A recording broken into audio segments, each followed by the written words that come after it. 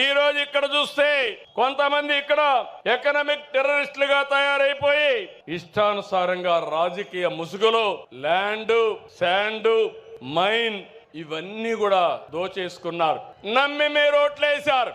మిమ్మల్ని ఈ ప్రభుత్వం కాపాడుతున్నా, ఆనాటి ప్రభుత్వం కాపాడుతున్న ఆలోచించారు.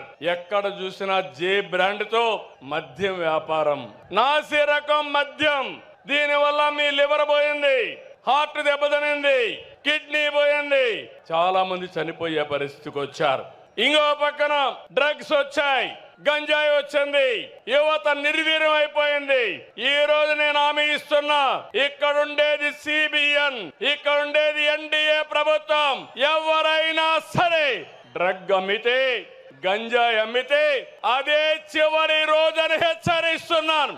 మా ఆడబిడ్డల జోలుకొస్తే కబద్దార్ జాగ్రత్తగా ఉండండి. అదే మీకు అంతిమ గడియలని చెప్పి కూడా హెచ్చరిస్తున్నా.